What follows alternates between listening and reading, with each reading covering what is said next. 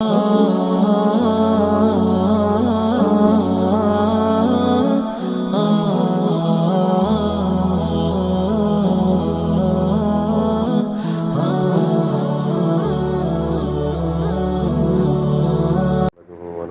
على رسوله الكريم أما بعد فأعوذ بالله من الشيطان الرجيم بسم الله الرحمن الرحيم ما كان محمد أبا أحد من رجالكم ولكن رسول الله وخاتم النبيين وكان الله بكل شيء عليما وقال النبي صلى الله عليه وسلم إن الرسالة والنبوة قد انقطعت فلا رسول بعدي ولا نبي او كما قال علیہ الصلاۃ والسلام۔ الحمدللہ، اللہ رب العزت کی ذات کا شکر ہے اور احسان ہے۔ اللہ رب العزت نے ہمیں حضور نبی کریم صلی اللہ علیہ وسلم کی امت میں پیدا فرمایا، اور آپ صلی اللہ علیہ وسلم جو نبی اللہ پاک نے ہمیں عطا فرمائے ہیں وہ آخری پیغمبر ہیں، اور وہ رحمت للعالمین ہونے کے ساتھ ساتھ اور تمام امت کے لیے ایک محسن ہونے کے ساتھ ساتھ خاتم النبیین بھی ہیں کہ آپ صلی اللہ علیہ وسلم کے بعد کوئی نبی نہیں آ سکتا۔ اور جو شخص حضور نبی کریم صلی اللہ علیہ وسلم کے بعد نبی ہونے کا دعویٰ کرے اور یہ کہے کہ میں نبی ہوں، مجھے بھی اللہ پاک نے نبی بنایا ہے، تو وہ انسان دائرہ اسلام سے خارج ہے، اس کا دین اسلام کے ساتھ کوئی تعلق نہیں ہے۔ اور بلکہ جو شخص اس شخص کو بھی اپنا پیر سمجھے، اپنا مرشد سمجھے اور اس کو اپنا استاد سمجھے، اپنا بڑا سمجھے، جو کہ نبی ہونے کا دعویٰ کر رہا ہے، تو اس انسان کا بھی دائرہ اسلام کے ساتھ کوئی تعلق نہیں، وہ بھی دائرہ اسلام سے خارج ہو جاتا ہے۔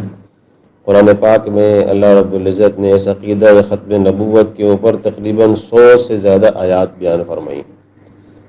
جس میں اللہ پاک نے ارشاد فرمایا کہ حضور نبی کریم صلی اللہ علیہ وسلم کے اوپر نبوت ختم ہو چکی ہے۔ ارشاد ہے ما کان محمد ابا احد من رجالکم ولکن رسول اللہ وخاتم النبیین۔ اس آیت میں اللہ رب العزت کا واضح ارشاد ہے کہ حضور نبی کریم صلی اللہ علیہ وسلم خاتم النبیین ہے، آپ کے بعد کوئی نبی نہیں ہوگا۔ اور ایک حدیث میں آتا جو میں نے آپ کے سامنے پڑھی ہے، اس میں حضور نبی کریم صلی اللہ علیہ وسلم کا ارشاد ہے ان الرسالۃ والنبوۃ قد انقطعت، کہ رسالت اور نبوت جو ہے وہ ختم ہو چکی ہے۔ فلا رسول بعدی ولا نبی، میرے بعد کوئی پیغمبر نہیں، کوئی نبی نہیں، کوئی بھی انسان میرے بعد نبی بن کر پیدا نہیں ہو سکتا۔ یہ جو عقیدہ ہے، عقیدہ ختم نبوت، یہ قرآن پاک کی کئی آیات سے ثابت ہے، وہ تقریباً 200 سے زیادہ احادیث ہیں جو اس بات کے اوپر دلالت کرتی ہیں کہ حضور نبی کریم صلی اللہ علیہ وسلم کے بعد کوئی نبی نہیں آ سکتا۔ ایک حدیث مبارکہ ہے، آپ صلی اللہ علیہ وسلم کا ارشاد ہے، آپ نے فرمایا کہ میری مثال اور میرے سے پہلے جو انبیاء کرام آئے ہیں ان کی مثال ایسی ہے جیسے کہ ایک شخص نے کوئی محل بنایا ہو، اور محل بڑا خوبصورت بنایا ہو، اور اس محل کے اندر ایک اینٹ چھوڑ دی ہو۔ جب لوگ آتے ہیں اس کو دیکھنے کے لیے، زیارت کرنے کے لیے، تو آ کر کہتے ہیں کتنا ہی خوبصورت محل ہے، کتنا ہی پیارا محل ہے، کہ اچھا ہی ہوتا ہے، کیا ہی اچھا ہوتا ہے کہ اس کے اندر جو ایک اینٹ کی جگہ رہ گئی ہے نا، وہ بھی رکھ دی جاتی تو یہ اور بھی خوبصورت لگتا۔ حضور نبی کریم صلی اللہ علیہ وسلم فرماتے ہیں وہ آخری اینٹ میں ہوں، وہ آخری اینٹ میں ہوں۔ اب اس قصر نبوت کے یعنی نبوت کے محل کے اندر میرے بعد کوئی نبی نہیں آ سکتا، یعنی ہمارے ذریعے سے، میرے ذریعے سے اس نبوت کے محل کو مکمل کر دیا گیا ہے۔ اب اس نبوت کے محل کے اندر کوئی اور بندہ دعوی نبوت کر کے داخل نہیں ہو سکتا۔ تو یہ جو عقیدہ ہے، عقیدہ ختم نبوت، یہ قرآن سے بھی ثابت ہے، احادیث سے بھی ثابت ہے، اور اس کے اوپر اجماع بھی ہے۔ صحابہ کرام رضوان اللہ تعالی علیہم اجمعین سے لے کر آج تک امت کا اجماع ہے کہ یہ عقیدہ ختم نبوت یہ ایک دین اسلام کا بنیادی عقیدہ ہے، اور جو انسان اس عقیدے کے اوپر ایمان نہ رکھے اس بندے کا دائرہ اسلام کے ساتھ کوئی تعلق نہیں، وہ دائرہ اسلام سے باہر ہی ہے، وہ خارج ہے اور وہ کافر ہے۔ جب یہ اتنی بات ثابت ہے ایک طرف تو یہ حضور اکرم صلی اللہ علیہ وسلم اور قرآن پاک کی آیات سے ثابت ہے، اور دوسری طرف حضور اکرم صلی اللہ علیہ وسلم نے خود فرمایا، آپ نے فرمایا سیکون فی امتی 30 کذابون دجالون، کہ میری امت کے اندر عنقریب 30 جھوٹے پیدا ہوں گے جو کہ نبی ہونے کا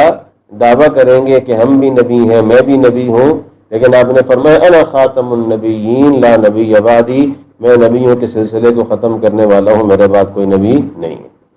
تو آپ صلی اللہ علیہ وسلم نے پیشن گوئی فرمائی ہے کہ تقریباً 30 جھوٹے پیدا ہوں گے جو نبی ہونے کا دعویٰ کریں گے۔ تو کچھ لوگ تو حضور اکرم صلی اللہ علیہ وسلم کے زمانے میں نبی ہونے کا دعویٰ کرنے والے پیدا ہوئے، اور کچھ حضور اکرم صلی اللہ علیہ وسلم کے زمانے کے بعد ایسے لوگ آئے جنہوں نے نبی ہونے کا دعویٰ کیا۔ علماء کرام نے فہرست بنائی ہے، تقریباً ابھی تک 22 ایسے لوگ آ چکے ہیں کہ جنہوں نے نبی ہونے کا دعویٰ کیا تھا، جن پر یہ حدیث جو ہے نا وہ پیشن گوئی کے طور پر صحیح فٹ ثابت ہو چکی ہے کہ یہ وہ لوگ ہیں جو جھوٹے ہیں، دجال ہیں، کذاب ہیں۔ ان لوگوں نے نبی ہونے کا دعویٰ کیا اور یہ کہا کہ ہم نبی ہیں، لیکن اللہ کے رسول نے پہلے ہی بتا دیا تھا کہ یہ جھوٹے ہوں گے، دجال ہوں گے، کذاب ہوں گے۔ ان میں سے ایک شخص آیا تھا حضور اکرم صلی اللہ علیہ وسلم کے زمانے میں، مسیلمہ کذاب۔ اس کو کذاب اسی لیے کہتے ہیں کہ وہ سب سے بڑا کیا تھا؟ جھوٹا تھا۔ اس نے کہا تھا میں نبی ہوں،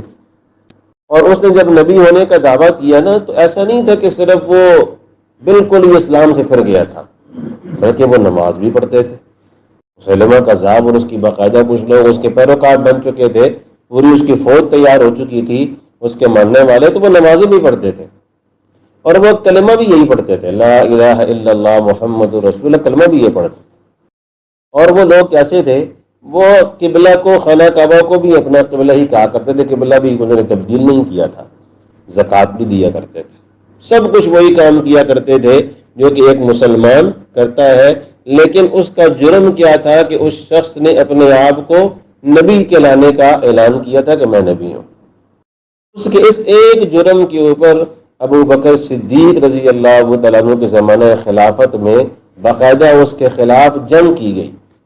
اور اس کو موت کے گھاٹ اتارا گیا، جہنم واصل کیا گیا۔ اس جنگ کو جنگ یمامہ کہا جاتا ہے، جس جنگ کے اندر مسیلمہ کذاب کے خلاف ہوئی، اور اس جنگ کے اندر اس کو مارا گیا، قتل کیا گیا اور اس کو واصل جہنم کیا گیا۔ اس ایک جنگ میں، جنگ یمامہ میں، مسلمانوں کی کتنی تعداد، صحابہ کرام کی کتنی تعداد شہید ہوئی تھی؟ تقریباً 1200 صحابہ کرام،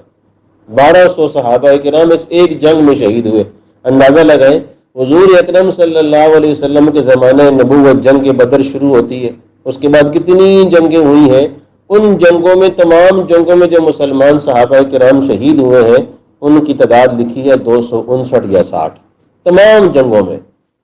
لیکن اس ایک جنگ کے اندر مسلمان جو شہید ہو رہے ہیں تو وہ کتنے ہیں؟ 1200 صحابہ کرام۔ اندازہ لگائیں، اس سے گویا کہ ایک سبق دے دیا ابو بکر صدیق رضی اللہ تعالیٰ عنہ نے اور آپ رضی اللہ تعالیٰ عنہ کے جانشینوں نے اور ان کے متبعین نے، کہ جو شخص بھی نبی ہونے کا دعویٰ کرے گا حضور اکرم صلی اللہ علیہ وسلم کے بعد، اس کے ساتھ کسی بھی قسم کا کوئی کمپرومائز نہیں کیا جائے گا، اس لیے کہ یہ ہمارے دین اسلام کا بنیادی عقیدہ ہے۔ اور جو بندہ بنیادیات کے اندر آ کر انسان کو خراب کرنے کی کوشش کرے گا یا کوئی نیا دین بنانے کی کوشش کرے گا، اس انسان کو ذرا برابر بھی جینے کا پھر کوئی حق نہیں رہتا۔ تو اس زمانے میں ایک شخص آیا تھا، نبی ہونے کا دعویٰ کیا تھا،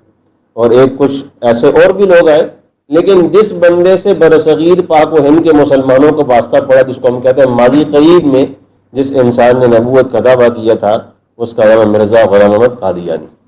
مرزا غلام احمد قادیانی، جس نے نبی ہونے کا دعویٰ کیا تھا، اور یہ پیدا ہوا تھا 1836 میں، اور یہ جہنم واصل ہوا 1906 میں۔ 1836 میں جب یہ نبی ہونے کا دعویٰ اس نے کیا، اس نے پہلے کہا جی میں تو وہ ہوں، کیا ہے، میرے اوپر تو وحی آتی ہے، مجھے بڑے الہام ہوتے ہیں اللہ تعالیٰ کی طرف سے، میں بڑا مجتہد آدمی ہوں، بڑا دین کو سمجھنے والا آدمی ہوں۔ پھر اس نے آہستہ آہستہ کہا کہ میں نا وہی عیسیٰ ہوں جن کے بارے میں جو ہے نا یہ کہا گیا کہ وہ آسمان سے آئیں گے اور وہ آخری زمانے کے قریب ہوں گے، میں وہی بن کر آ گیا ہوں، میں وہی بن کر آ گیا، میں مثل مسیح ہوں، ڈپلیکیٹ ہوں میں ان کا۔ پھر آہستہ آہستہ چلتے چلتے اس نے کہا کہ میں محمد ہوں. ایک محمد تو وہ ہے جو کہ مدینہ منورہ میں آئے تھے، تو میں انہی کی طرح کا محمد ہوں. میں بھی کیا ہوں، انہی کی طرح کا محمد ہوں، مثل محمد ہوں یا شبیہ محمد ہوں. اس طرح کر کے اس نے پھر آخر میں یہ کہا کہ میں محمد ہوں، اور پھر آہستہ آہستہ کرتے کرتے اس نے نبی ہونے کا دعویٰ کر دیا. تو 1901 میں اس شخص نے اپنے نبی ہونے کا دعویٰ کر دیا تھا. اور پھر جب اس نے دعویٰ کیا تھا تو پھر اس کے خلاف علماء کرام اور اس وقت کی عوام اور باقاعدہ طور پر برسر پیکار ہو گئی. مختلف قسم کی ان کے خلاف تحاریر لکھی گئیں، کتابیں لکھی گئیں، ایک لٹریچر بنایا گیا. علماء کرام نے جلد سے جلوس کیے لوگوں کو خبردار کرنے کے لیے، بتانے کے لیے کہ یہ جھوٹا ہے. یہ کیا ہے؟ جھوٹا ہے. کہ نبی ہونے کا دعویٰ تو کر رہا ہے، لیکن اس کے اوپر حضور اکرم صلی اللہ علیہ وسلم کی وہ حدیث مبارکہ اور وہ پیشن گوئی سچ ثابت ہو رہی ہے، فٹ آ رہی ہے کہ یہ بھی ان جھوٹوں میں سے ایک جھوٹا ہے جس کے بارے میں حضور نے فرمایا کہ 30 جھوٹے آئیں گے جو میرے بعد ہوں گے، اور وہ آ کر کہہ رہے ہوں کہ میں نبی ہوں، لیکن حقیقت میں وہ نبی نہیں ہوں. تو اس وقت کے علماء کرام نے 1901 سے اس گویا کہ مرزا غلام محمد قادیانی کا پیچھا کرنا شروع کیا اور لوگوں کو خبردار کرنا شروع کیا، اور اس کے بارے میں لٹریچر، کتابیں وغیرہ شائع کرنا شروع کی. میں آگے بڑھنے سے پہلے تھوڑی سی آپ کو تاریخ بتا رہا ہوں، تاریخ، تاکہ ہمیں کچھ اس کے بارے میں معلومات بھی ہو جائیں اور کچھ ذمہ داریاں سمجھ میں آ جائیں. میں آگے بڑھنے سے پہلے یہاں پر ایک بات کرنا ضروری سمجھتا ہوں کہ آخر بہت سارے فرقے اور بھی ہیں. یہودی بھی ہیں، بہت بڑے کافر ہیں. عیسائی بھی ہیں، بہت بڑے کافر ہیں. ٹھیک ہے جی، ہندو ہیں، بہت بڑے کافر ہیں. اور اس کے علاوہ مجوسی ہیں، بہت بڑے کافر ہیں. لیکن آخر قادیانیوں کو اتنا زیادہ کیوں ان کا پیچھا کیا جاتا ہے اور ان کے بارے میں کیوں باتیں کی جاتی ہیں؟ علماء کرام کیوں زیادہ اس کے بارے میں اس کو نازک معاملہ کہتے ہیں تاکہ لوگوں کو خبردار کیا جائے، پیغام پہنچایا جائے؟ آخر وجہ کیا ہے؟ اس کی بنیادی وجہ کیا ہے؟ اس کی بنیادی وجہ یہ ہے کہ یہ جو قادیانی ہے نا، قادیانی، اس کو پہچاننا بڑا مشکل ہے. اس کو پہچاننا بڑا مشکل ہے. اگر آپ آپ اس کو دیکھیں گے نا تو وہ کلمہ بھی وہی پڑھے گا، لا الہ الا اللہ محمد رسول اللہ، کہتے ہیں میں کلمہ بھی وہی پڑھتا ہوں. اس کے بعد کیا کہے کہ نماز میں دیکھو تو نماز بھی وہی پڑھے گا. وہ اس کے بعد دیکھیں روزے بھی وہ رکھے گا، سحریاں بھی وہ کریں گے، افطاریاں بھی وہ کریں گے، زکوٰۃ بھی وہ دیں گے، حج کرنے بھی وہ جائیں گے.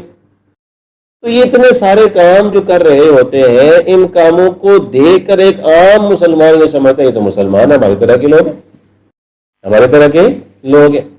لیکن اندر کھاتا یہ لوگ کیا ہے؟ یہ لا الہ الا اللہ محمد رسول اللہ جو کلمہ پڑھتے ہیں، اس کلمہ میں محمد سے مراد ہم مسلمان یہ لیتے ہیں کہ جو روزہ اطہر کے اندر حضور اکرم صلی اللہ علیہ وسلم مدینہ منورہ میں قیام پذیر ہیں اور آرام فرما رہے ہیں، وہ محمد مراد ہے. اور یہ محمد سے مراد کون سا والا لیتے ہیں؟ قادیانی، جو کہ بر صغیر کے اندر آیا تھا اور اس نے آ کر یہ کہا تھا کہ میں نبی. وہ اس محمد سے مراد وہ لیتے ہیں، وہ کہتے ہیں یہ اللہ کا رسول ہے. یہ ہے بنیادی فرق، جس فرق کی وجہ سے عام مسلمان نہیں سمجھ پاتا کہ یہ مسلمان ہے، یہ کافر ہے. بلکہ اگر آپ دیکھیں نا، ان قادیانیوں کا جو سینٹر ہے انگلینڈ کے اندر ہے، اور وہاں سے ان کے سارے کام آن لائن جو آن ایئر چل رہے ہوتے ہیں، وہ سارے کام وہاں سے ہینڈل ہوتے ہیں. انہوں نے ایک ویب سائٹ بھی بنائی ہے، ویب سائٹ کے اوپر وہی آیت لکھی ہوئی ہے جو آیت میں نبی خطبے میں آپ کے سامنے پڑھی، ما کان محمد ابا احد من رجالکم ولکن رسول اللہ وخاتم النبیین. کہتے ہیں کہ دیکھو ہم تو وہی ختم نبوت کو مانتے ہیں، دیکھو وہی آیت ہم نے لکھی ہوئی ہے آپ کے سامنے، ختم نبوت کو ہم مانتے ہیں. لیکن ختم نبوت کی بات کرتے کرتے کرتے آگے چلتے ہیں نا جب، تو اس کا انکار کر دیتے ہیں. اس لیے کہ وہ انہوں نے ثابت کرنا ہوتا ہے کہ یہ مرزا غلام محمد قادیانی یہی تو ہمارا محمد ہے، وہ انکار کر دیتے ہیں. تو آپ سے بات کریں گے تو وہ کہیں گے دیکھو ہم عیسیٰ کو مانتے ہیں، لیکن پھر آگے چلتے چلتے کیونکہ ثابت کرنا ہوتا ہے کہ یہی مرزا ہمارا عیسیٰ ہے، وہی مسیح بن کر آیا ہے، تو آگے چل کر اس کا بھی انکار کر دیتے ہیں. تو ان کو پہچاننا بڑا مشکل ہے. اس کی وجہ سے عوام کو علماء کرام جگہ جگہ پر بیانات کے ذریعے سے بتاتے رہتے ہیں کہ یہ بہت خطرناک فتنہ ہے، اور اس کی وجہ سے عام مسلمان ان کے شکنجے میں آ جاتا ہے، اور جب ان کے شکنجے میں آ جاتا ہے تو وہ ایمان سے بھی اپنا ہاتھ دھو بیٹھتا ہے، ایمان سے بھی اپنا ہاتھ دھو بیٹھتا ہے. تو اس لیے میں بات یہ درمیان میں آپ کے سامنے ذکر کر دی کہ یہ خطرناک فتنہ ہے. اس کی وجہ سے علماء کرام نے 1901 میں جب اس مرزے نے نبی ہونے کا دعویٰ کیا تھا تو علماء کرام نے اسی وقت سے اس کے خلاف تحریک چلانا شروع کر دی، اور تحریک چلتی رہی 1952 آیا 1952 آیا جب 1952 آیا تو اس وقت ظاہر پاکستان جو ہے نا بن چکا تھا، ٹھیک ہے نا، 1952 میں، اور اس وقت کوئی قانون نہیں تھا، یہاں بھی بہت سارے قادیانی تھے، ہر جگہ پر پھیلے ہوئے تھے، اپنی تبلیغ بھی کرتے تھے۔ تو 1952 میں اس وقت کا جو مرزے کا جو خلیفہ تھا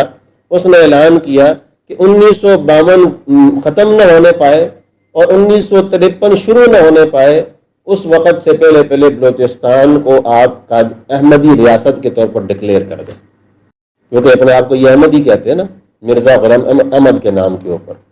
کہتے ہیں 1952 ختم نہ ہونے پائے اور 1953 شروع نہ ہونے پائے، اس وقت سے پہلے بلوچستان کو ایک قادیانی احمدی ریاست کے طور پر ڈکلیئر کر دینا چاہیے، یہ ہماری ذمہ داری ہے۔ اس نے پورے قادیانیت کو یہ پیغام سنا دیا۔ جو ہی یہ پیغام چلا تو اس وقت کے علماء کرام نے تحریک شروع فرما دی، جس تحریک کو ہم اپنی تاریخ کتابوں میں پڑھتے ہیں، تحریک ختم نبوت 1953، تحریک ختم نبوت 1953، اس عنوان سے ہم اس کو یاد کرتے۔ اس کی وجہ یہ تھی، بنیاد یہ اس کا اعلان بنا تھا، تو علماء کرام روڈ پر نکل آئے، روڈ پر نکل کر اعلانات کرنے شروع کر دیے، مختلف قسم کے مطالبات کرنے شروع کر دیے۔ تو پہلا مطالبہ یہ کیا، اس وقت کا جو ہمارا وزیر خارجہ ہے سر ظفر اللہ، وہ قادیانی تھا، وہ پاکستان کے اندر بھی قادیانیت کو بہت سپورٹ کر رہا تھا اور دیگر ممالک کے اندر بھی قادیانیت کو بہت سپورٹ کر رہا تھا۔ علماء کرام نے اس بات کا مطالبہ رکھا کہ سر ظفر اللہ کو فوراً اپنے عہدے سے برطرف کر دیا جائے۔ دوسرا مطالبہ یہ رکھا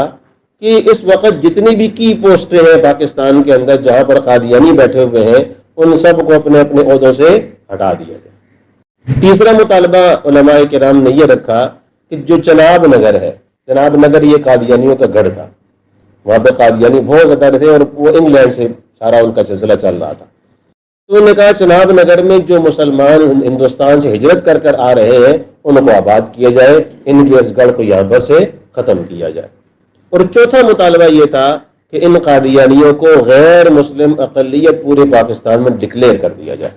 یہ چار مطالبے علماء کرام نے رکھے اور پورے پاکستان میں، لاہور میں، کراچی میں، جگہ جگہ پر جلسے ہو رہے تھے، اور سید عطا اللہ شاہ بخاری رحمۃ اللہ علیہ، اللہ تعالیٰ ان کی قبر پر کوئی رحمت نازل فرمائے، بس جگہ جگہ پر تقریریں کی، بیانات کیے۔ ان کا مجھے ایک کتاب سے بیان ملا بڑا عجیب، حالانکہ وہ سید خاندان کے تھے، سید عطا اللہ شاہ بخاری۔ تو کراچی میں انہوں نے 1953 میں آرام باغ جو ہے نا ایک جگہ ہے کراچی میں، وہاں پر ایک جلسہ فرمایا۔ اس جلسے سے خطاب فرماتے ہوئے بڑی عجیب باتیں فرمائی، کہنے لگے دیکھو میں سید ہوں، میں سید خاندان سے تعلق رکھتا ہوں۔ وزیر اعظم اس وقت تھا ناظم الدین، اس کو خطاب کر کے کہا ناظم الدین، جتنے مسلمان مطالبات کر رہے ہیں نا ان کے مطالبات مان لو، ان کے مطالبات مان لو، قادیانیوں کو غیر مسلم اقلیت قرار دے دو، اور جتنے مطالبات کر رہے ہیں، جتنے بھی کی پوسٹیں ہیں وہاں سے قادیانیوں کو ہٹا دو، کلمے کے نام پر یہ ملک بنا ہے، یہاں پر قادیانیوں کو کسی بھی قسم کی سپورٹ کرنے کی ہم اجازت نہیں دیں گے۔ کہا میں جو ہے نا میں سید خاندان سے تعلق رکھتا ہوں، اگر تم نے مسلمانوں کی بات مان لی تو وزیر اعظم ناظم الدین جو تمہارے بنگلہ ہے نا بنگلہ، میں اس بنگلے کو اپنی داڑھی کے ساتھ صاف کروں گا، جھاڑو دوں گا میں اس کو۔ ختم نبوت کے اوپر تم نے اگر یہ ہماری بات مان لی، اور کہا اگر تم نے مسلمانوں کی یہ بات مان لی تو پھر میں تمہارے ہاں اگر کسی جگہ پہ تم نے سور بھی پال رکھے ہوئے نا تو میں ان کو چراؤں گا، میں تمہاری یہ خدمت کروں گا، تم یہ ہمارا مطالبہ مان لو۔ لیکن اگر خدا نہ خواستہ تم نے یہ مطالبہ نہ مانا تو یاد رکھنا جتنے مسلمان پورے پاکستان میں اٹھ کر یہ تحریک چلا رہے ہیں، ان تمام مسلمانوں میں سب سے بڑا باغی تمہاری حکومت کے خلاف میں سید عطا اللہ شاہ خود ہوں۔ یہ اعلانات ان لوگوں نے کی اس وقت، ایسی تحریک چلائی کہ ان قادیانیوں کی طرف سے جو ایک مطالبہ تھا بلوچستان کو غیر جو ہے نا احمدی ریاست ڈکلیئر کر دیا جائے، وہ مطالبہ وہیں ٹھس ہو گیا، ختم ہو گیا۔ لیکن چونکہ بات ختم نہیں ہوئی تھی، تحریکیں چلتی گئیں، ان کی طرف سے باتیں چلتی گئیں، تبلیغ چلتی گئی۔ سن 20 سال کے بعد سن 1974 میں ہمارے کچھ مسلمان طلباء کرام جو ہیں وہ کالجوں میں پڑھتے تھے، تو قادیانیوں نے ان کالج میں پڑھنے والے مسلمان بچوں کو جو کہ ختم نبوت کے نعرے لگاتے تھے، ختم نبوت کی باتیں کرتے تھے اور نبی پاک صلی اللہ علیہ وسلم کے نام کا جو ہے نا وہ نعرہ لگاتے تھے، ان پر اس نے تشدد کروایا۔ قادیانی نے بہت تشدد کیا نوجوانوں کے اوپر۔ جب یہ اس طرح تشدد ہوا، جگہ جگہ پر تشدد ہوا، تو علماء کرام 1974 میں پھر باہر نکل آئے اور انہوں نے کہا کہ اب یہ وقت آگے ہے کہ اب یہ فیصلہ ہو جانا چاہیے، اس لیے کہ یہ بار بار یہ حالات پیدا ہو رہے ہیں پاکستان کے اندر۔ تو علماء کرام سڑکوں پر نکل آئے اور مختلف قسم کے مطالبات کرنا شروع کر دی۔ مین مطالبہ یہ تھا ان قادیانیوں کو غیر مسلم اقلیت قرار دے دیا جائے، یہ مسلمان نہیں، یہ کافر ہیں، ان کا اسلام سے کوئی تعلق نہیں۔ تو سڑکوں کے اوپر جو علماء کرام ان تحریکوں کی قیادت کر رہے تھے، ان میں سید علامہ یوسف بن نوری رحمۃ اللہ علیہ، کراچی میں بہت بڑے عالم گزرے ہیں جن کے نام پر جامع بن نوریہ جو ہے نا، بن نوری ٹاؤن جو مدرسہ ہے وہ ان کا ہے۔ تو وہ سڑکوں پر علماء کرام ان علماء کرام میں سے بڑے تھے، قیادت کر رہے تھے، جو لوگ باہر نکل کر مختلف جگہوں پر یہ اعلانات کر رہے تھے اور یہ مطالبے کر رہے تھے۔ اور اسمبلی کے اندر جو علماء کرام تھے، مفتی محمود صاحب رحمۃ اللہ علیہ، علامہ غوث ہزاروی رحمۃ اللہ علیہ،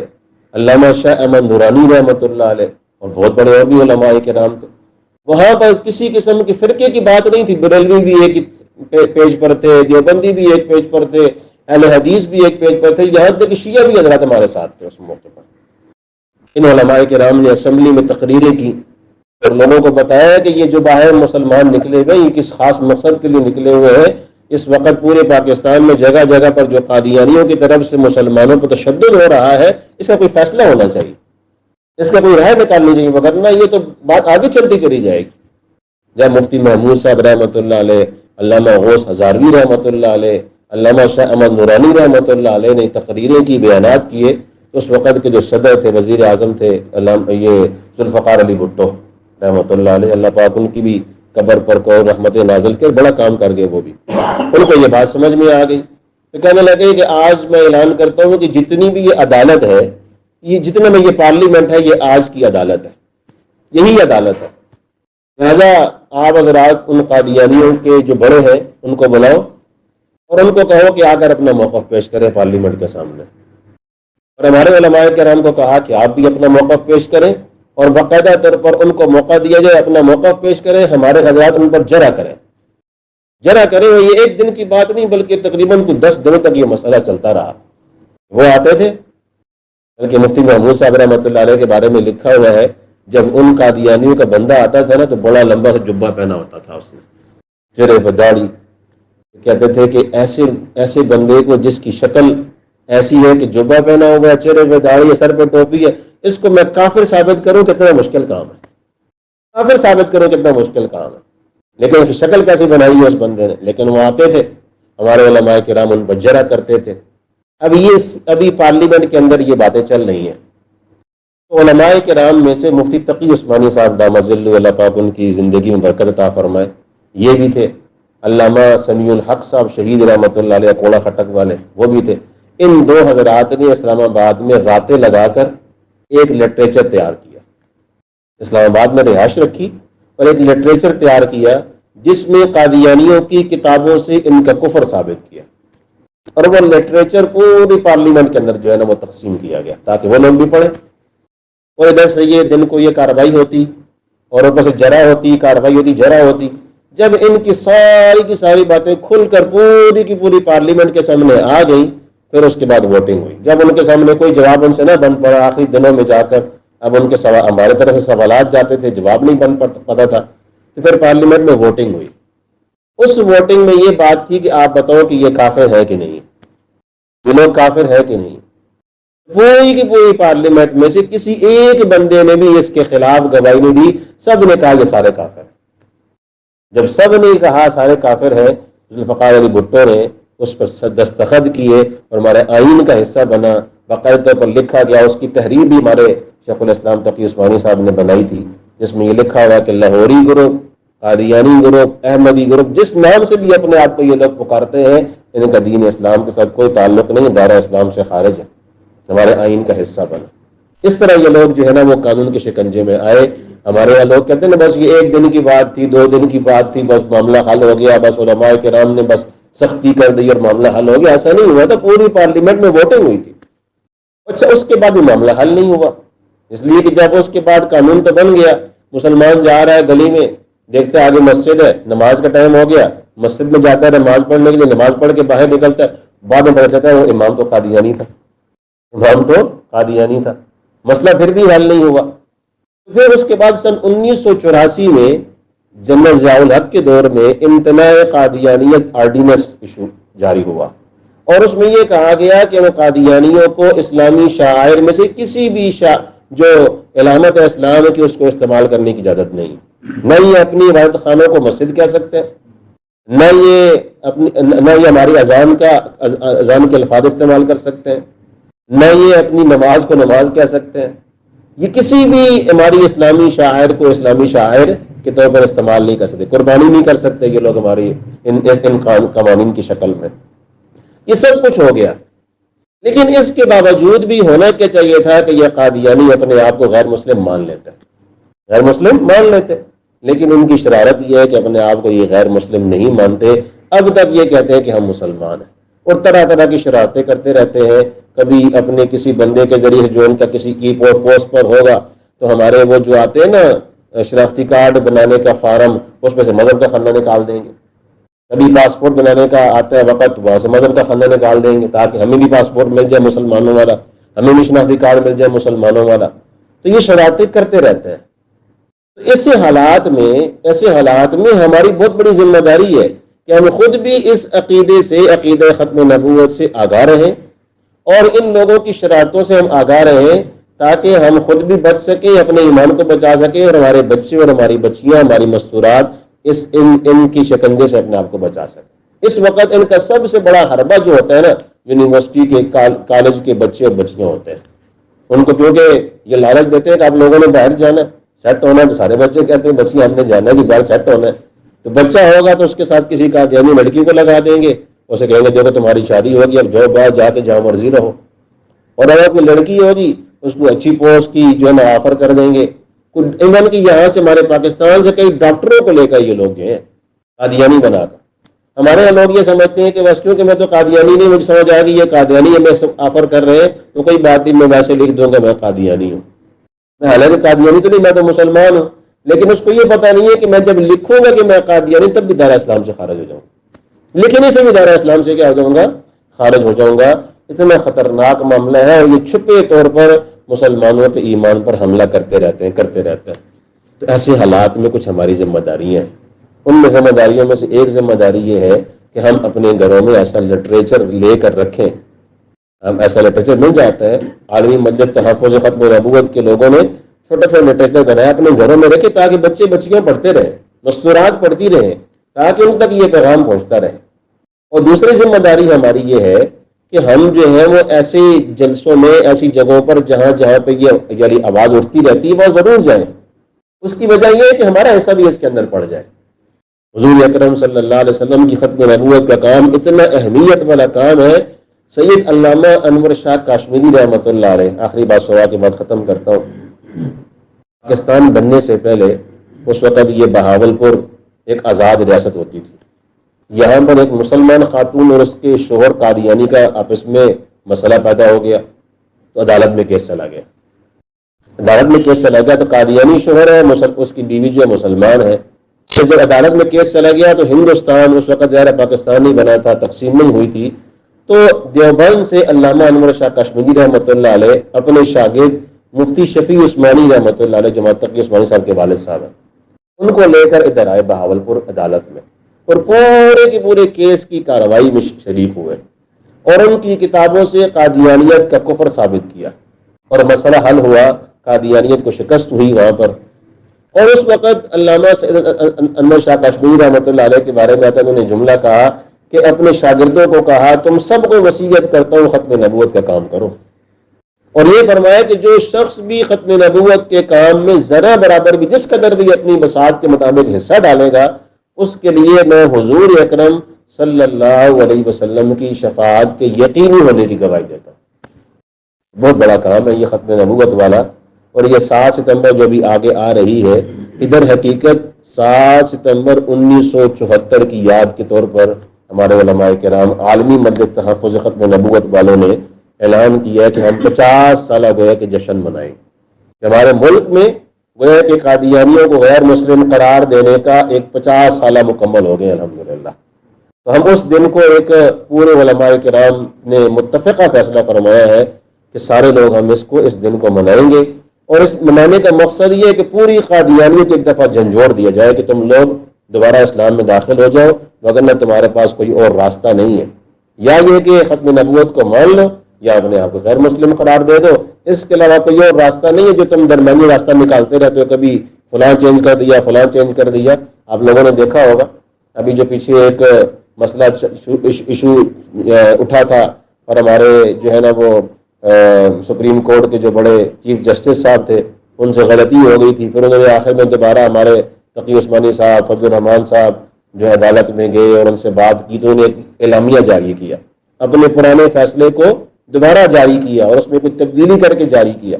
انہوں نے قادیانیت کو 2 جملے کہے، انہوں نے کہا کہ 2 ہی راستے، یا اپنے آپ کو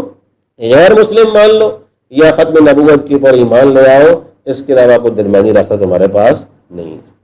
تو یہ الحمدللہ یہ ایک متفقہ اعلامیہ ہے پورے علماء کرام کی طرف سے۔ تو آپ حضرات کے سامنے یہ ساری بات کرنے کا مقصد یہ ہے، اس کی اہمیت ہمارے سامنے ہو، اور ہم ان علماء کرام کی قربانیوں کا تھوڑا سا جو ہے نا لحاظ رکھتے ہوئے اپنا وقت نکال کر 7 ستمبر کے دن 2024 مینار پاکستان کو ہم ضرور یاد کریں اور اس میں جانے کی کوشش کریں۔ عصر کی نماز کے بعد یہ جلسہ شروع ہونا ہے اور رات گئے تک چلنا ہے، جب بھی کسی کو موقع ملے وہاں پر جا کر اپنا حصہ ضرور ڈالیں، تاکہ ایک مسلمانوں کی ایک پوری جو ہے نا وہ طاقت پوری دنیا میں ظاہر ہو کہ مسلمان ختم نبوت کے معاملے پر کسی بھی طرح بھی کمپرومائز کرنے والے نہیں ہیں۔ تو امید ہے انشاءاللہ آپ سب حضرات اپنے اپنے دوستوں کے ساتھ، احباب کے ساتھ، اپنے بچوں کے ساتھ ضرور جائیں گے اور اس کے اندر جا کر اپنا حصہ ڈالیں گے۔ دعا کریں اللہ تعالی ہم سب کو اس مشن کے اندر کامیابی نصیب فرمائے اور اس میں اپنا حصہ ڈالنے کی توفیق عطا فرمائے۔